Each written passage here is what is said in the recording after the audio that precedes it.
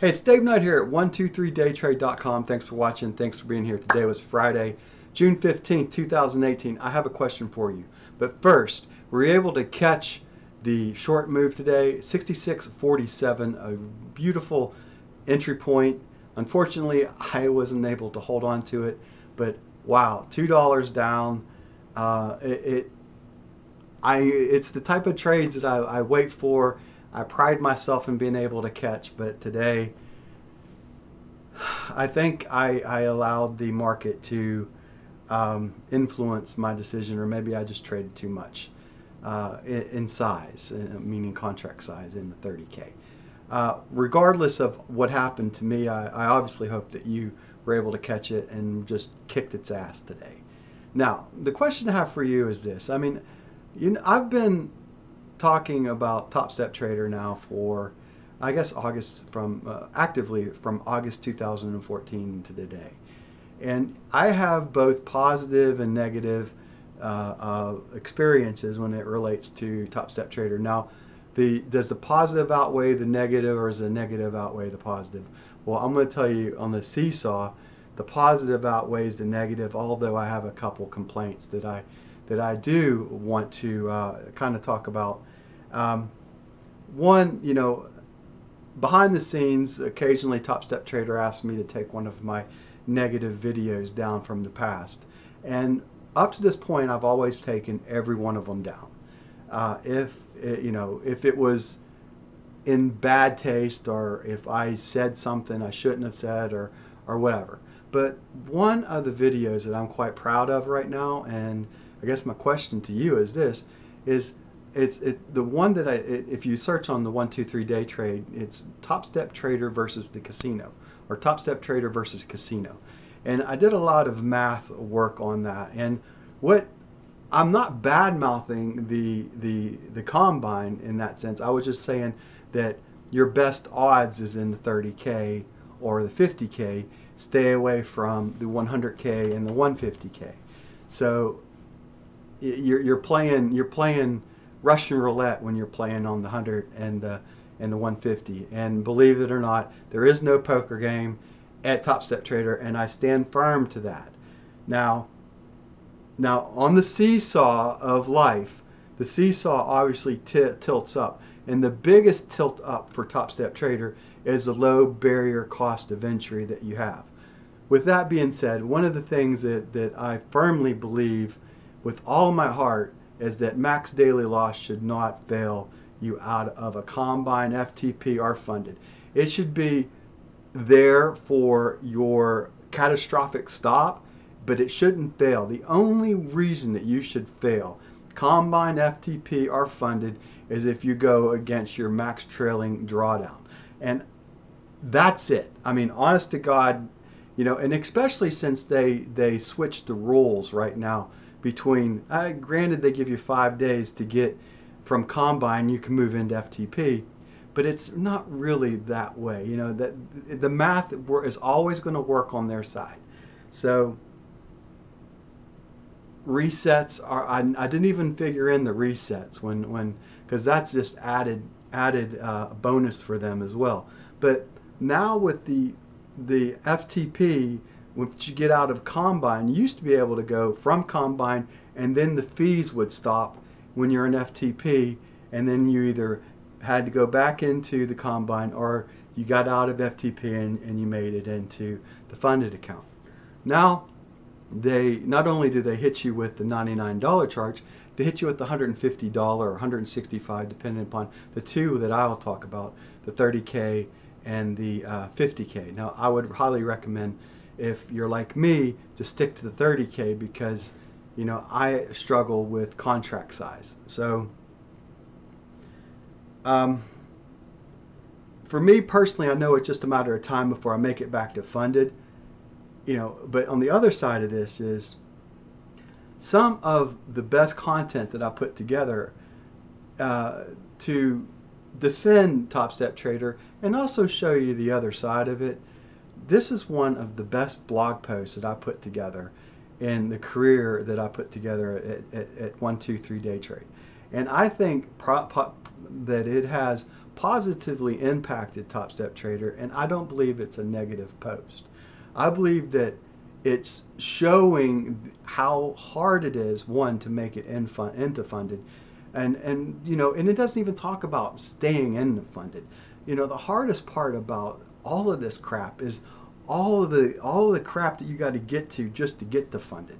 But once you get to funded, man, it's a whole new ball of wax. I can tell you over and over again that I've been there. I believe 9 times I've been into funded since my first funded account was October of 2015, and I believe I've had 9 funded accounts. So I'd like to say that I've made more than I lost, but that's not true. But have I not lost? If I would have had my own futures account at 5,000 a pop, how many of those 5,000s would I have blown out? So let's say that, yeah, I've been in funded 9 times, but no, I've had 1,000, 500, 1,000, 1,500 losing combines as well. So on the long side of this is that I firmly believe that I have been better off being in the environment that I am, in the safe environment. And I would say that it's a very safe environment. It's a matter of, do you have enough money to be able to, to feed the beast in this case?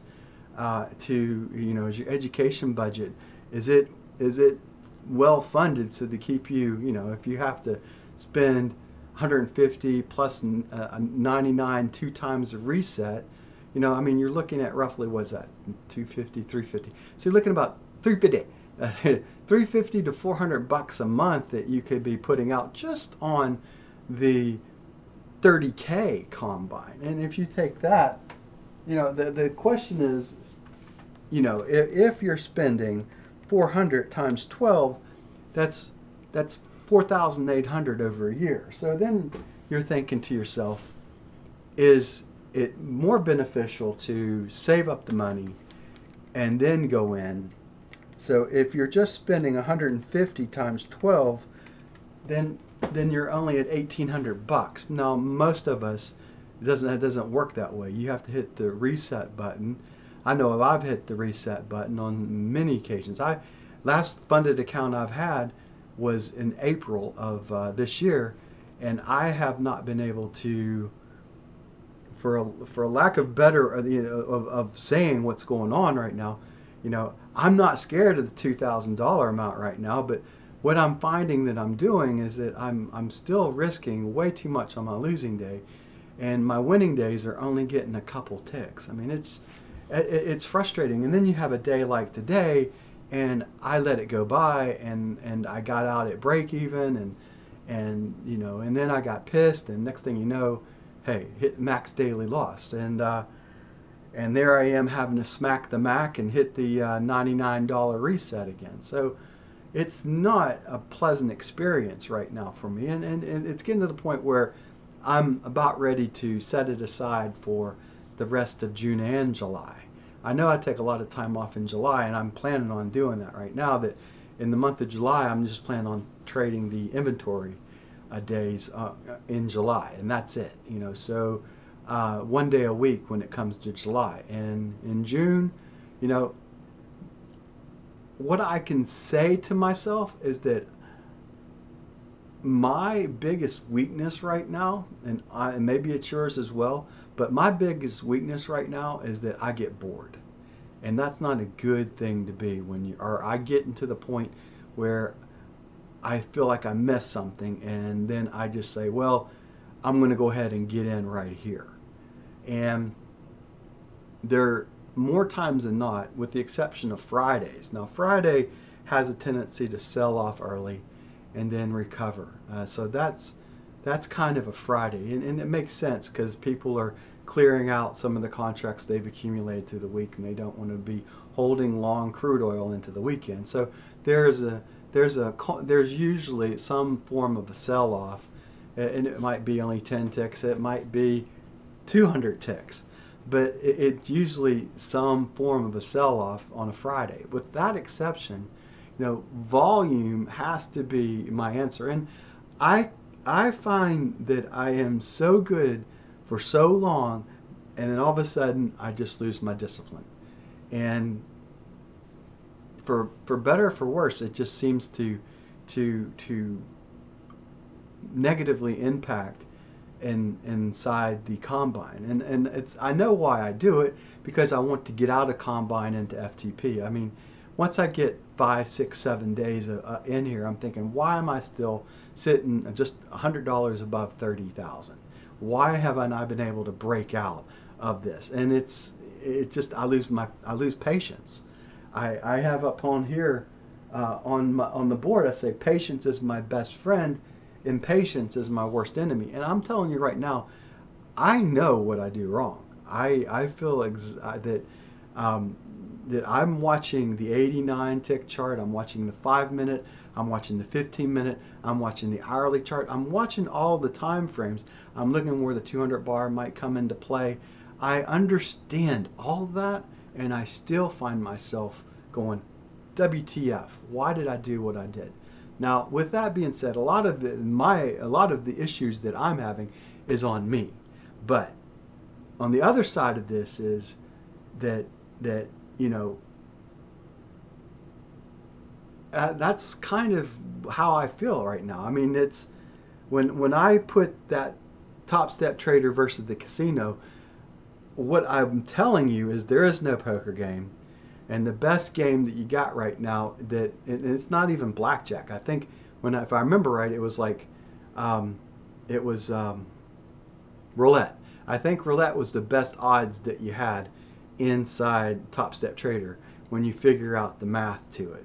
So there, I mean, it wasn't craps with the pass line, and it wasn't blackjack one card, you know, in one deck. It was actually the roulette. And I believe because it was about 11% to 15%, I believe, if I'm not, or 6%, and I think it was a 6% edge to 10% edge, up to 12 to 15% edge, if I'm not mistaken, on the 50K. So yeah, regardless, I mean, I know they got to make their money as well, and their model is all set up to, you know, unfortunately, to most of us, lose more than we win when we trade. And we find that the winning days like today are few and far between if you're kind of a momentum and driven, if you're not scalping the market. Like, obviously some of you guys can scalp very successfully and move forward, and you know, and you see these stories come in where this person takes 4,000 out, this other person takes 7,000 out. You know, I've been able to take out, you know, over the time period 1,800 over this whole period of time, I believe is kind of where I am right now. But even though I've taken that money away, I've spent more to try, because the overall goal is to use this to build my account, to then pull it and open up my own futures account. So once I get past a certain level. So that was, I guess, when I look at what I want to talk about, I mean, I'm torn, and I guess I'm going to leave it to you guys to kind of vote, you know, thumbs up, thumbs down type of thing. Do you think that, you know, I don't believe that some of my posts are negative, that in a negative viewpoint, that I am still, you know, I'm still looking out for the best of you guys that will follow me, you know, and I'm pro Top Step Trader. So in the long run, you know, most of the posts, every time, well, let me put it this way, everything that they've asked me to take down, I've taken down without exception. But this one was one of those ones that I thought, you know what, you know, somewhere you got to put your foot down and say, you know what, this, you know, you need to understand, you know, if someone does their research at Top Step Trader and they stumble in on me and then see that blog post, and then because I get this question, which combine should I do? And I always steer people away from, when, you know, and you have to do your research to find me. It's not like you're just going to stumble in. You're going to stumble in on me through Top Step Trader and maybe some kind of thing that you're doing. you're going to stumble in on me this way, and then you're going to be asking yourself, well, I just felt like, for instance, one guy said, I failed. David, I'm so thankful that I found you. I mean, I've got slews of emails like this. That, David, I'm so thankful that I found you. I was trading this level, but now I figured out I understand, I'm throwing more money away than I should be throwing away. So for instance, I forget what it is. Was it 365 at the big boy 150 or something, where you can only trade up to 3 contracts there. You can trade 2. I mean, more times than not, you should be trading 1, because in the end, until you can learn to trade 1 contract correctly, you don't really. There's not much difference to trading 2, 3, 10. Because if you can't make money with 1, it's really hard to make money with any of the others. And yeah, I make money on 1, and sometimes I make money with 2. But I can tell you right now that 3 is my nemesis right now. If I put on that 3rd contract, I get really nervous. And that's what happened to me today, is that I had 3 trades on in the 30K, and I got really nervous. And then I started taking contracts out when I had the right trade on. I mean, I was sitting at 66.47, right at the 8 o'clock mark, or right close to it.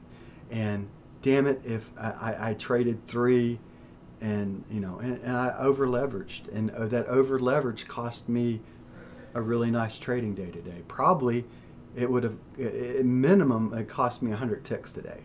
It cost me to be probably about $1,000 in the bonus column today. So you know how I am. I've tried, as far as my negative content, I don't post any more negative content about Top Step Trader right now, because I'm not negatively biased on them. I disagree with 2 things that they got right now. 1, max daily loss should not fail your combine, your FTP, or your funded. I just as strong as they're on that side, I'm just as strong on the other side, because it's hard sometimes to figure out how much and how close you are to the, especially at the 500, how close you are, because 50 ticks in the crude oil market is really easy to hit in any given day. And then try to figure out math when you're around that 40 tick mark. It can get very confusing, and I think they err to the side that us as traders will fuck up occasionally, and they get an extra $100. So I think that the only reason that you should fail combine, FTP, and funded is if you hit that max trailing loss, not your max daily loss. The max trailing drawdown. That's the only reason that anybody should fail out of it. It should just be there just in case, yeah, you don't want to hit the $500 or 520 or 540 or whatever it would be. You don't want to hit it. But if you haven't gone past your 28.5, if you're trading the 30,000, if you haven't gone below the $1,500 mark, you shouldn't be punished because of wanting to just try to take it out. The $500 is there for a reason. So we should be able to not lose our combine or FTP or the funded account based upon max daily loss. So I'm in that camp, and most of us all agree that at Top Step Trader agree that it shouldn't fail. It should not be a money-making event for them. But that's my biggest gripe that I've got right now. The other gripe, the other gripe that I have that I've set aside was, them, when you go to FTP, you get charged. You're in that 30-day period and rolling. And when you think 30 days, it's not really the way it is. There's only at maximum 18 to 20 trading days in any given month. So their odds of being able to add and hit you for another $150 now are extremely great. So they've been able to increase from 150 to get, if you're paying 150, you more times than not, you're going to pay that extra 150 before you get it into funded. So they've got $300 as opposed to 150 now. That should, the trade-off should be, since they're doing that for us, we should get max daily loss. That should be the trade-off. This is Dave Knight here. from 123daytrade.com. Thanks for watching. Thanks for being here. Like I said, I hope you had a better day than I did. What do you think? What's your thoughts? Max daily loss, should it fail your funded account? Should it fail your combine? Should it fail your FTP? I think most of us agree it should not. Take care.